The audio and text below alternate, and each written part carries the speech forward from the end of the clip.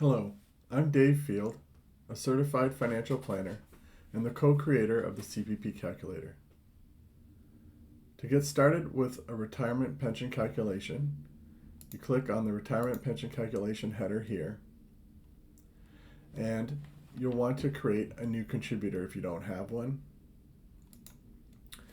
Each profile allows up to two individuals or two contributors to be added to an account.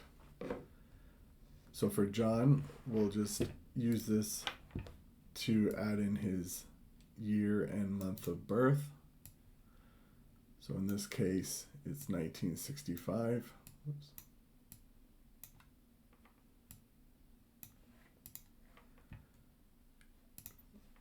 And we can create him as a contributor. If we go back to the retirement pension calculation, you'll see both John and Jane are listed as contributors. Once a new contributor is created, you can add details about their children. This is used to calculate the child rearing dropout as part of the retirement pension calculation. Only one spouse will be able to claim this dropout. When you create a new child, you can add in their details, and you'll want to add in their month and year of birth. So for Sally, that's August 1994.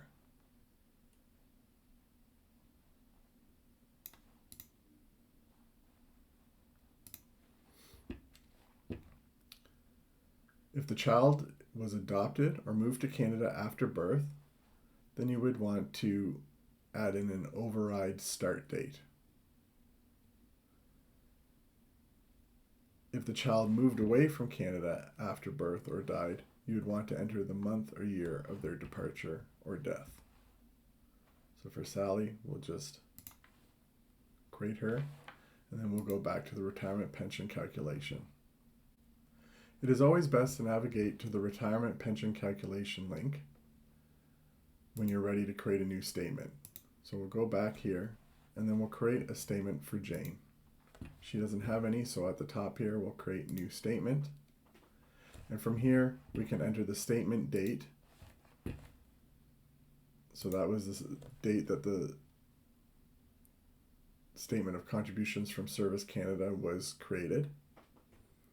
And then you can modify these maximum amounts, maximum yearly contributions, to reflect what they might actually be in the actual statement.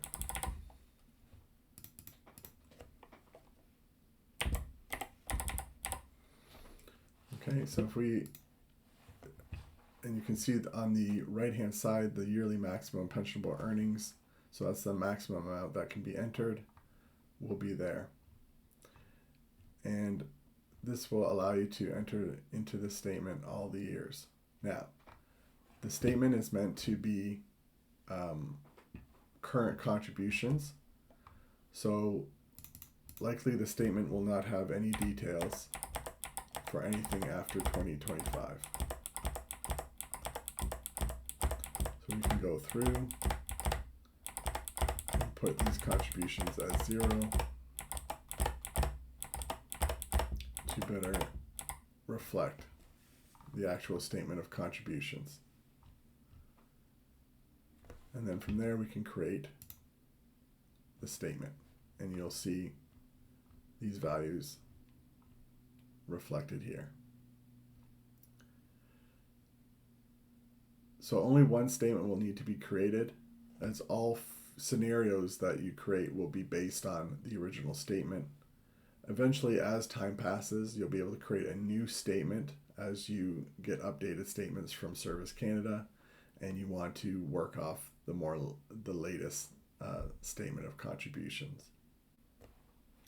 So once you have a statement created, a new scenario can then be created based on that statement. So if we look at Jane, we can go to her statements and we'll see the statement that we entered. So from here we can create a new scenario and we can name the scenario. So let's say Jane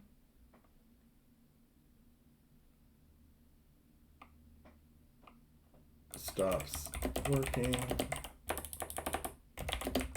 at age 65.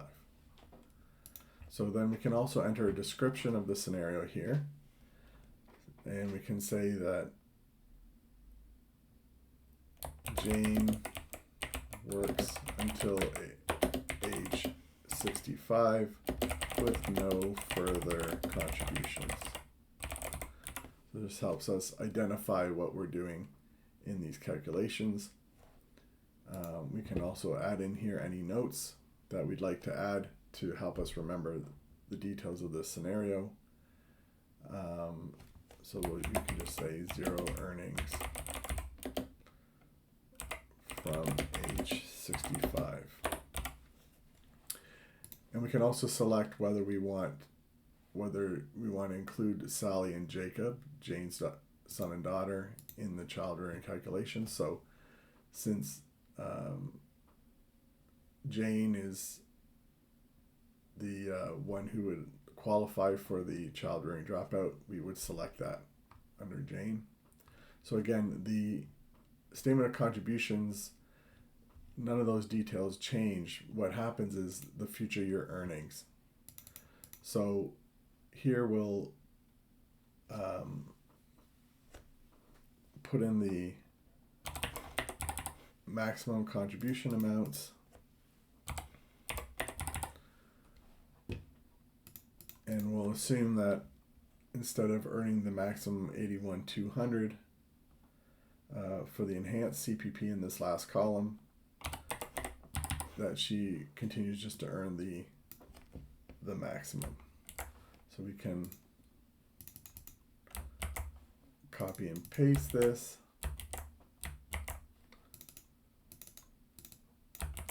until age 65.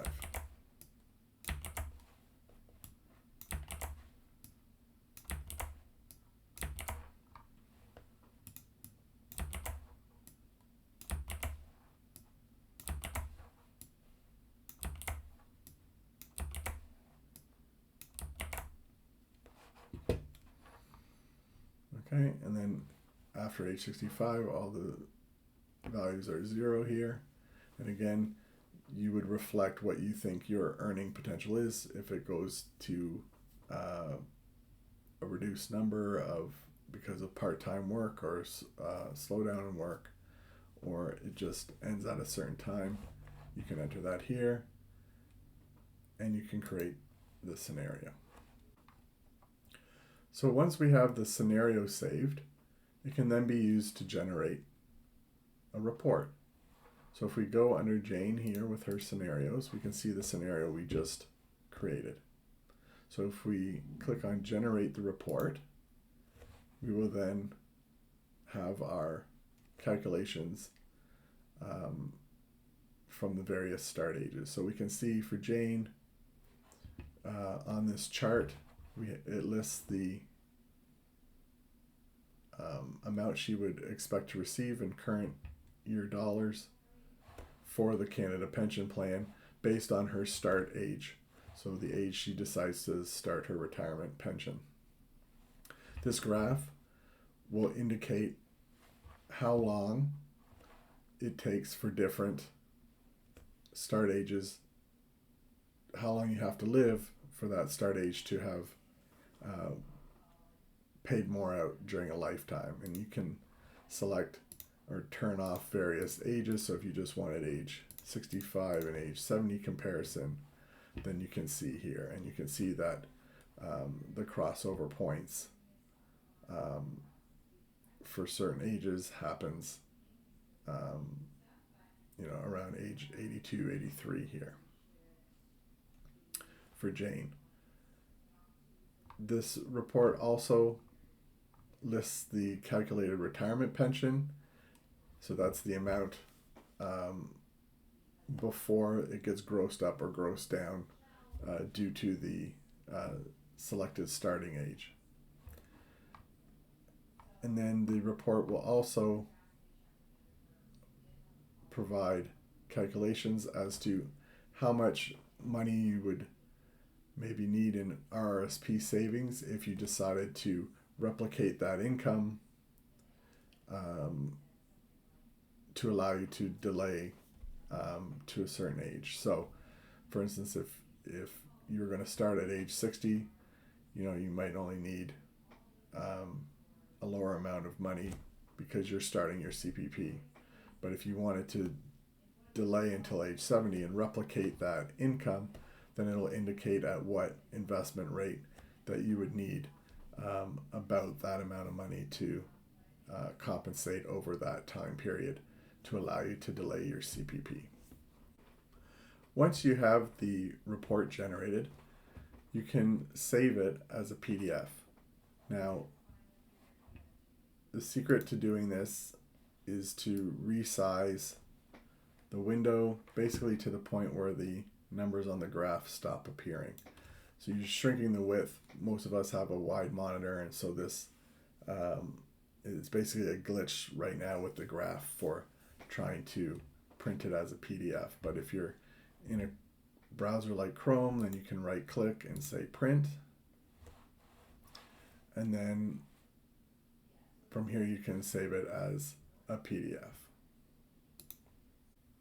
So if you'd like to create another scenario to compare with the one you already did, then you just want to head back to the retirement pension calculation link, and from the menu here for the person you want to create a new scenario from, you just go back to the statements and you create a new scenario. And then you'll repeat the process, and you'll be able to have multiple scenarios saved that you can then generate the results for and compare. Doug Runge and I hope that you find this tool helpful. Please remember we're always available to assist you if you're having difficulty or have any questions. The CPP Calculator is a work in progress, and we'll continue to update it with more streamlined design and additional features. Please contact us at support@cppcalculator.com, and we will help you get your calculations done.